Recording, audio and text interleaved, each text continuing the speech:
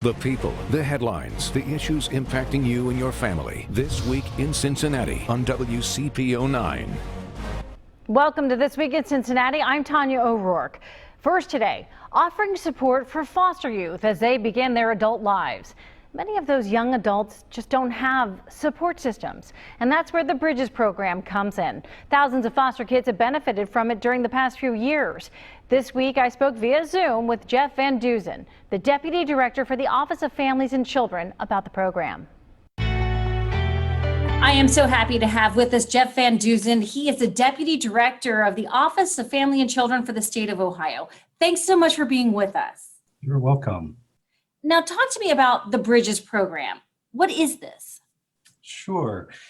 So Bridges is a state-administered program. It's administered by our office, the Ohio Department of Job and Family Services, and it is geared toward former foster youth between the ages of 18 to 21 who have emancipated from care, and it's really to help them successfully transition from that period of their life into full independence. Now, we have done multiple stories at WCPO 9 about this incredible need, that there is the need for, this kind of bridge, this hammock to get, an 18-year-old on their own for the first time when foster care runs out. Foster care, only goes to the age of 18, as some of you may know, but there is a real need because these people are still kids, right? They need help. Right. Yeah, that's what's really great about the Bridges program. So the objectives of the program is to help with that transition. And it's truly to bridge that gap, to provide assistance in finding and maintaining gainful employment, supports the young adults in their education achievements, ensures access to safe and stable housing, all of those areas for those of us that have had to transition into adulthood to help them succeed, helps them build skills for lifelong self-sufficiency, and then links the participants, the young adults.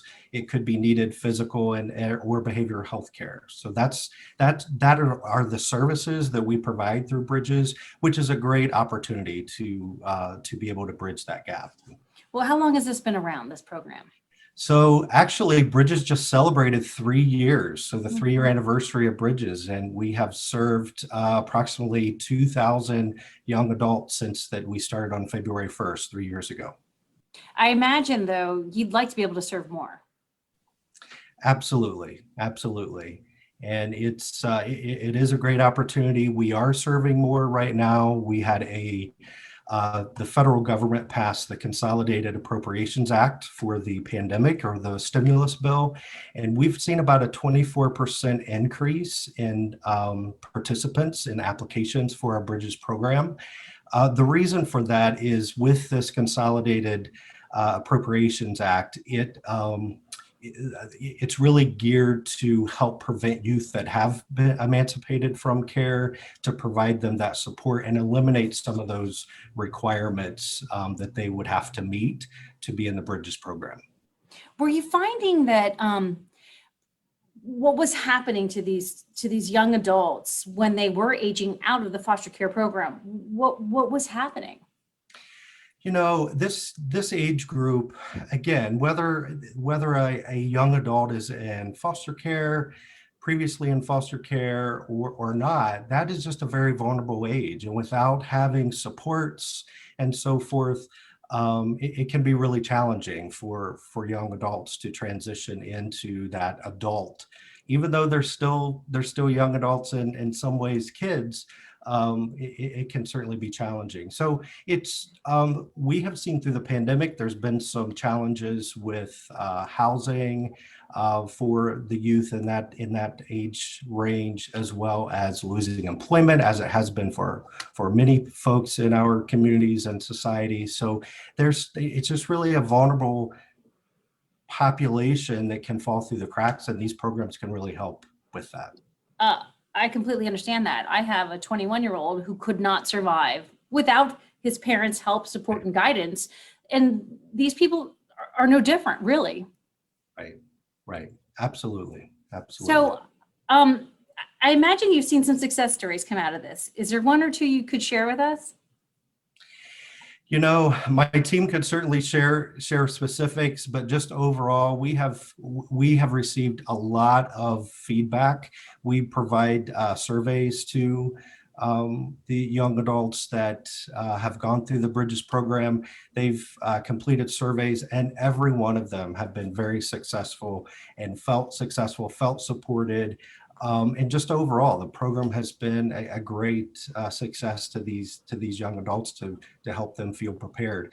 The other piece to this program that makes it unique as well is young adults can come in and out of the program. So if they start at as soon as they're emancipated and they come into the program, and for some reason, they may not meet the criteria or eligibility requirements, they can actually come back in. So I think that flexibility has been also very successful with this population. But overall, when it comes to the success, we receive a lot of positive feedback from those youth that we've assisted. Now, I know that you said CARES Act money has come in. So how many more young adults can you accept into this program right now? So right now we are continuing to assess that. We have sent out some guidance to our county partners to, if possible, to be able to maintain custody of these youth during that time period to help with some of those capacity issues. But we are certainly looking and reviewing every application. It's a voluntary program. They can, the youth can submit those applications to us, and we will review those and assess each one of those.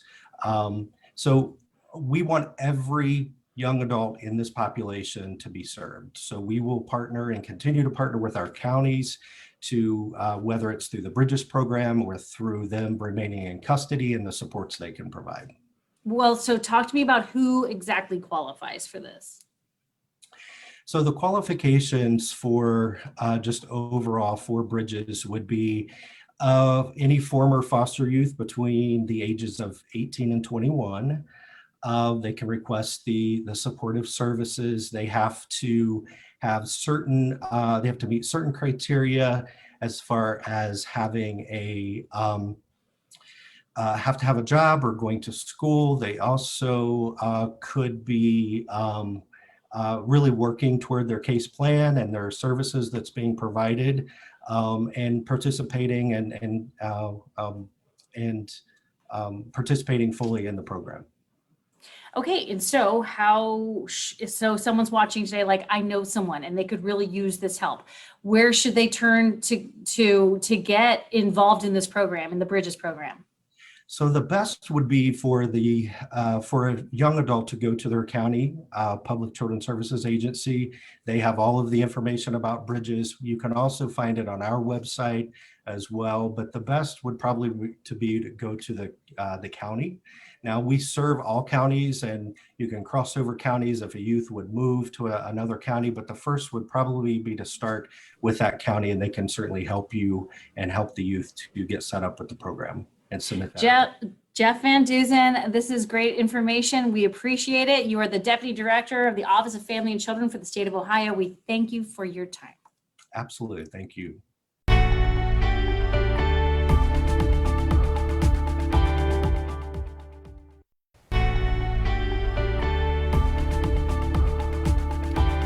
Welcome back, everyone. I'm Craig McKee. Thursday was an historic day for NASA, really. Its new Perseverance rover landed on Mars, and the tri-state is making important contributions to that mission. The new $2.4 billion rover and the first Martian helicopter are getting a lot of attention right now. But a UC professor is playing an important role in the mission's primary goal, to dig deeper into the clues that there was once life on the red planet. Dr. Andy Chaya is an astrobiologist and an expert on ancient life here on Earth. I spoke with him this week on Zoom about Perseverance and what he hopes to find. Dr. Chaya, thank you so much for spending some time with us here. We are recording this, obviously, on Wednesday afternoon. We are just over a day away from actual arrival of Perseverance. I know that by the time this airs, it will have already landed, but you have to be excited. Oh, absolutely. Yeah, it's just been building and building for the last, several years, but, particularly in the last 7 months since launch. And it's like, hard to believe it's actually almost here. And it's, I think what's incredible here is that the fact that UC is playing a key role in this. I mean, obviously, you can't compare Earth to Mars, but maybe you can. Maybe you can talk about that a little bit when you start looking at these microscopic fossils that you're really hoping to find, you and your team.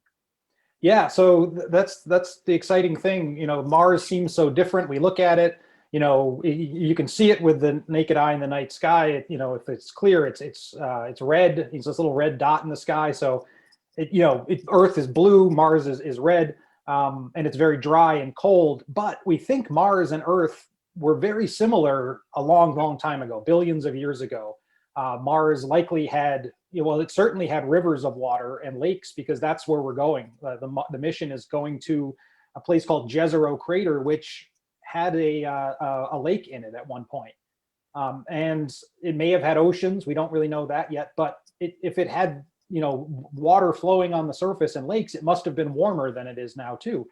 And when it had those conditions, it was around the time when we have evidence that there was life on Earth as well, 3.5 billion years ago and earlier.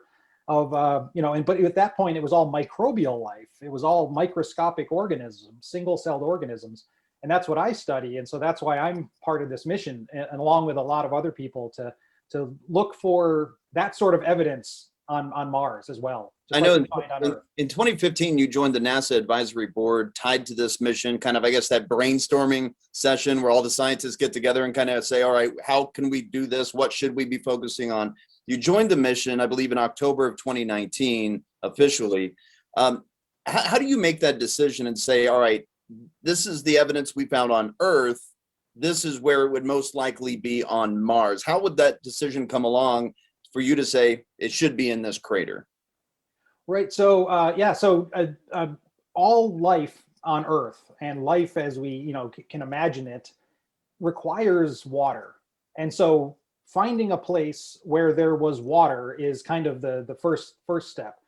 But more than that, on Earth, we know where specifically within an environment or in and around water, life can not only live, but can be preserved, where you need the right kind of rocks and the right kind of minerals for organisms to get trapped inside and preserved as fossils. It's also possible that we won't find fossils of organisms, but maybe we'll find chemical evidence. But you need the right kind of environment, which we call a depositional environment. It's just a place where stuff accumulates. So like on the seashore, you've got sand there. And that's because sand is being transported down rivers and ends up at the ocean.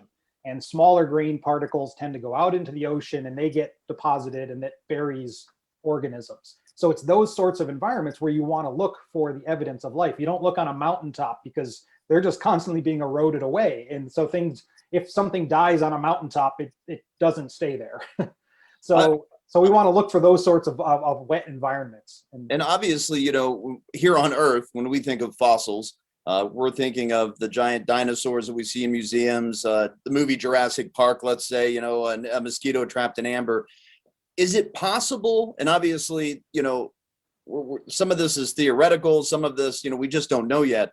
Is it possible underneath the surface of Mars that there actually could be physical bones to be found? Well, we don't think so, but in science, I never like to say never. I never like to use absolutes, because whenever you do, almost whenever you do, it's, you're proven to be wrong, because somebody finds, an exception to that absolute that you think. But we think, as I said, Mars was like Earth. It was well, not like Earth is now, but like Earth was. Like Earth was 3.5 billion years ago. And at that time, all we had was microscopic life. And it took, 4 billion years almost of Earth history for larger things to start coming about, not even things with bones. It took even longer than that for things like dinosaurs. But so it seems like from what we know on Mars, it was not what we call habitable at the surface, for that long. It likely was about maybe 3 billion years ago or so that Mars, the surface really started drying out and got very cold. And so from what we know how life evolved on Earth, it's unlikely that there were things that with bones like dinosaurs. Right. Now, I know the focus is, planet, so I never like to say never. I know the focus is to find, life, if life existed on Mars at one point, and there's this push to then perhaps go and set up a settlement on Mars and all these future missions that are in discussion, obviously, at NASA. If life perhaps was there and then no longer is, what kind of science do you hope to get out of this to say that potentially living there would be plausible in the future? Well, yeah, so that's an excellent point too about if life did exist there. I'm of the opinion that if life ever did exist there, it might still, because it's really hard to sterilize things. As we all know, in this pandemic, we all trying to be as careful as possible, sterilizing our hands and surfaces, but it's really hard to actually kill off everything. You can kill an individual microorganism rather easily, but killing all of them on a planet is hard, especially if the conditions that are killing them off happen slowly. Maybe the surface becomes uninhabitable. Here on Earth, we found some microbes in some very obscure locations, and that's kind of what you're hoping for, is to perhaps go below the surface here and find a few pieces of evidence. Right. Yeah, we're going to go only a little bit below the surface, so we're really going to be looking at rocks that were deposited at the surface. But with a future mission, hopefully we can get even deeper. As this mission is to look for evidence of ancient life. So life that existed billions of years ago on the surface, but hopefully in the future, we can get even deeper and maybe look for modern things that are still alive on the planet. All right. Well, we may have some time before we let Matt Damon fly to Mars and actually live out the movie, I suppose. Dr. Chaya, I certainly appreciate your time, and I wish you the best of success. Hopefully, by the time this is aired, Perseverance is already working and sending back images and getting work underway there on the mission. Oh, thank you so much for having me. I'm really, really happy to be here, and really looking forward to getting started once we land. We'll be excited to see the samples come back to Earth as well. Oh, yeah, me too. Have a good day. Thanks, you too. Bye-bye. This Week in Cincinnati, we'll be right back.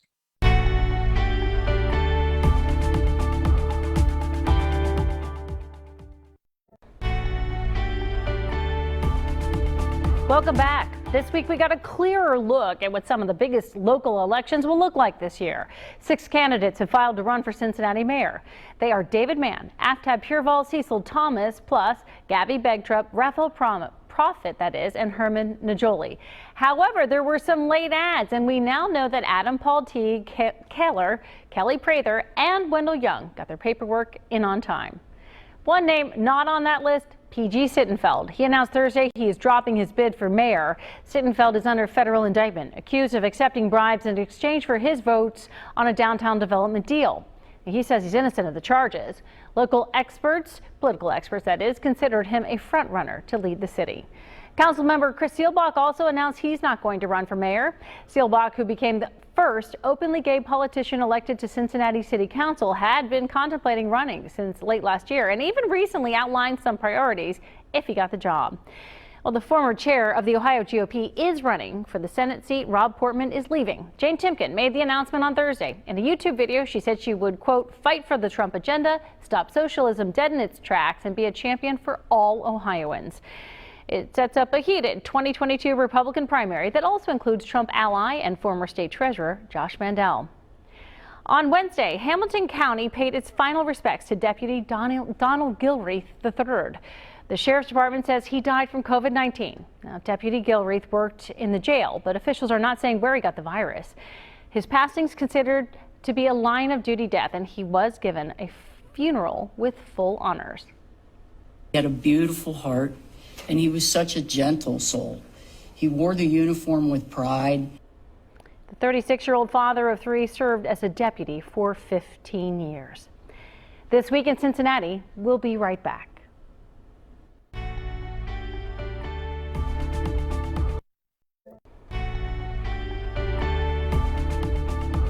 Thanks for joining us for This Week in Cincinnati. Join us for breaking news, weather, and sports at 6 and 11 tonight on WCPO 9 News. Plus, we're always updating your headlines on WCPO.com.